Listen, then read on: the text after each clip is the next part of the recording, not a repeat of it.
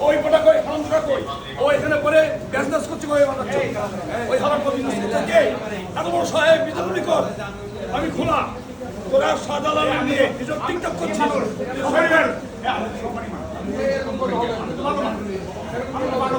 সবাই চিনে আমি সবাই বিদেশ সবাই চিনে এত বড় বিয়ে এগুলো ঠিক করে স্যার একটু বাইরে